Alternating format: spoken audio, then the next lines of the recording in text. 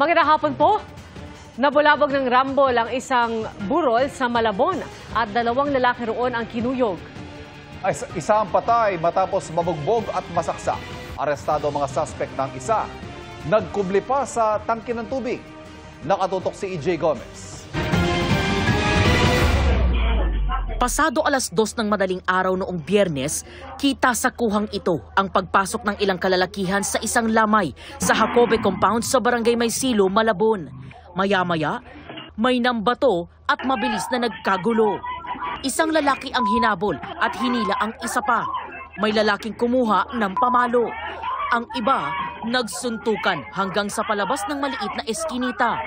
Isang babae ang nag-abot rin ng pamalo sa isa pang lalaki. Hanggang paulit-ulit nang hinampas ng 2 lalaki ang 2 pang lalaki na na-corner nila sa gate ng compound. Walang tigil sa paghampas ang lalaki na kapulang t-shirt. Saka tumakbo bitbit ang kanyang pamalo kasabay ang iba pang sangkot. Iniwan nila ang 2 biktima na bugbog sarado at may mga saksak pa sa katawan. Dead on arrival sa ospital ang isa sa kanila, si Christian J. Sevilla, 22 anyos. Ulo po ng kapatid ko, pinapalo ng gate. Tapos nung inusod po nila, binalibag lang nila sa sahig.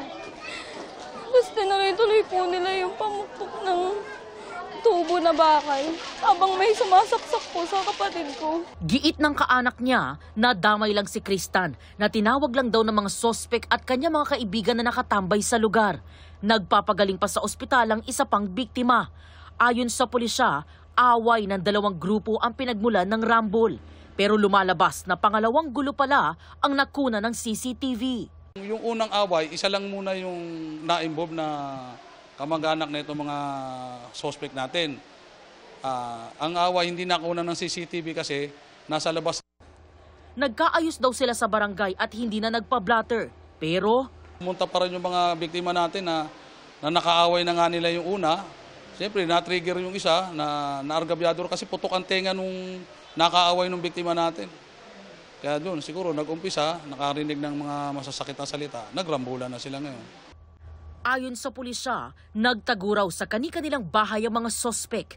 Ang isa sa kanila, nagtago sa loob ng tangke ng tubig. Bilis, baba, baba! Baba! Yung mga kasama mo, nasa baba na! Oo, sige na! Di ba kanina yung may ibang hawak na baby, di ba? Sabi ko wala kang Sige na, sige na! Ang damit! Mahaharap sa reklamong murder ang mga sospek na nakadetain sa custodial facility ng Malabon City Police. Comment ka lang po. Para sa GMA Integrated News, EJ Gomez, nakatutok, 24 oras. Lehitimo at walang pagnanakaw na nangyari.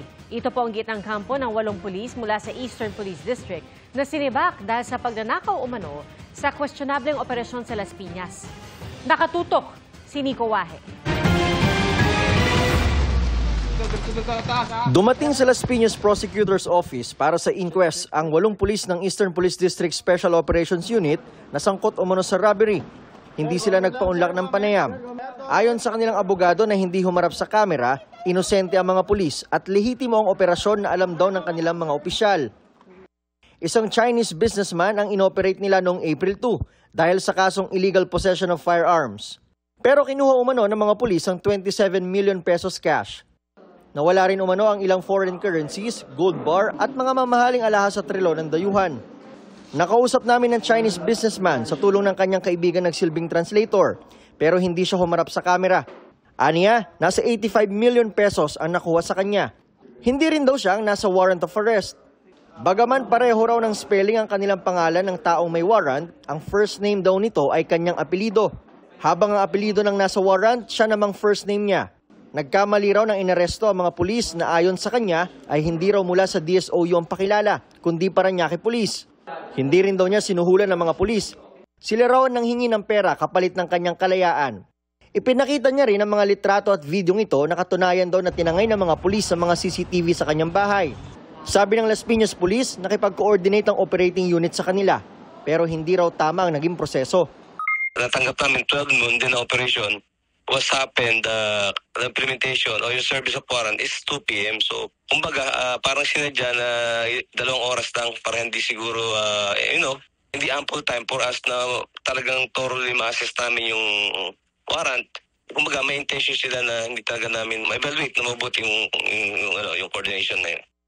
Karaniwan daw, 24 oras bagong operasyon itinitimbre ng operating unit ang kanilang lakad sa nakasasakop na police station. Hindi raw sila sinabihan na nahuli ng target of operation. Kasama naman sa na-relieve sa pwesto ang hepe ng DSOU na hanggang sa ngayon ay hindi pa raw nagre-report mula nang mangyari ang insidente. Administratively relieved din si EPD District Director Police Brigadier General Villamor Tuliao at lahat ng pulis sa EPD DSOU. Bukod sa robbery, unlawful arrest, illegal detention at kidnapping ang kaharapin ng mga sangkot na pulis.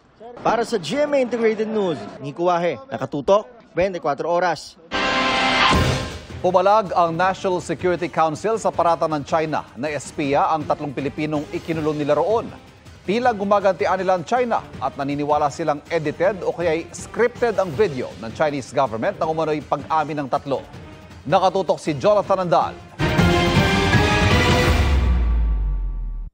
3 Palawenyo ang nakakulong sa China dahil sa aligasyon ng pang-eespiya roon. Ang ate ng isa sa kanila, eksklusibo kong nakausap sa kondisyong hindi siya papangalanan. Kami po ay nananawagan po sa pag-gobyerno po ng Pilipinas, sa presidente po na sana po matulungan po sila na makabalik na po dito sana sa Pilipinas. Noong Nobyembre pa nila hindi makontak ang kapatid na nasa China na nagsabing pupunta sa Wenchang City para sa isang job interview. Nabanggit po niya anong trabaho daw po yun? Wala po sir, hindi niya po sa amin nabanggit. Batay sa ulat ng Chinese media, may kuha ng video na umamin umano ang 3 Pilipino na sila raw ay espiya ng Pilipinas. Kinumpirma ng aking kausap na kapatid niya nga ang nasa video pero di raw totoong espiya ito kahit pa may pag-amin ito sa video. Una-una, yung kapatid po namin, maalam naman po siya sa mga batas sa China. Siya rin nga po nagsasabi sa amin na ganito bawal doon, ganito, ganyan. Gusto man nilang lumipad ng China, hindi naman nila alam pati ng ating konsulado sa Guangzhou kung saan nakakulong ang 3. Wala raw silang magawa kundi maghintay ng balita at magparating ng mensahe sa kapatid. Magpakatatag ka, magtiwala ka sa Panginoon na magiging maayos ang lahat. At marami kami nagmamahal sa iyo. Gate ng National Security Council, hindi espiya ang 3 at sa tingin ng NSC, ang videong inilabas ng China. The video is heavily edited, itong sinasabing confessions di umano, and sa tingin namin, mukhang scripted yung mga videos. May mga reference doon ng Philippine Intelligence Agency or Philippine Spy Intelligence Service. Wala namang ganong klaseng government agency or government intelligence unit na ganun. Paano raw magiging espiya ang 3 gayong ordinaryong mamamayan sila? Walang military training at walang access sa military bases ng China. Wala rin daw ipinakitang ebidensya ang China na may mga gamit pang espiya ang 3 Pinoy. Di tulad sa kaso ng mga naarestong hinihinalang Chinese spy sa Palawan noong Enero na nakitaan pa ng drone. Tingin ni Yusek Malaya, posibleng gumaganti ang China. Yung ating ay isang legitimate operation para hulihin ang mga naninitik dito sa atin. And sinisiguro natin sa bansang China na lahat ng karapatan ng isang dayuhan sa Pilipinas ay igagalang. Sabi ng Palawan Provincial Government, ang 3 naarestong Palawenyo ay dating scholar ng Hainan University sa China na may sisterhood agreement sa Palawan LGU para libreng pag-aralin ng mga Palawenyo roon. So, itong 3 former scholars are from first and second batch. So they already finished their studies by 2021. So they went back here in Palawan but applied for a job back in China. They went back to China as migrant workers or OFWs. Ang isa nagtatrabaho na roon bilang English instructor sa isang universidad. Ang isa naman nasa pharmaceutical company at ang isa nagtatrabaho sa isang coconut factory. May 19 estudyanteng Pilipino na nasa Hainan University at 3 sa mga ito gusto na raw umuwi ng Pilipinas dahil sa takot.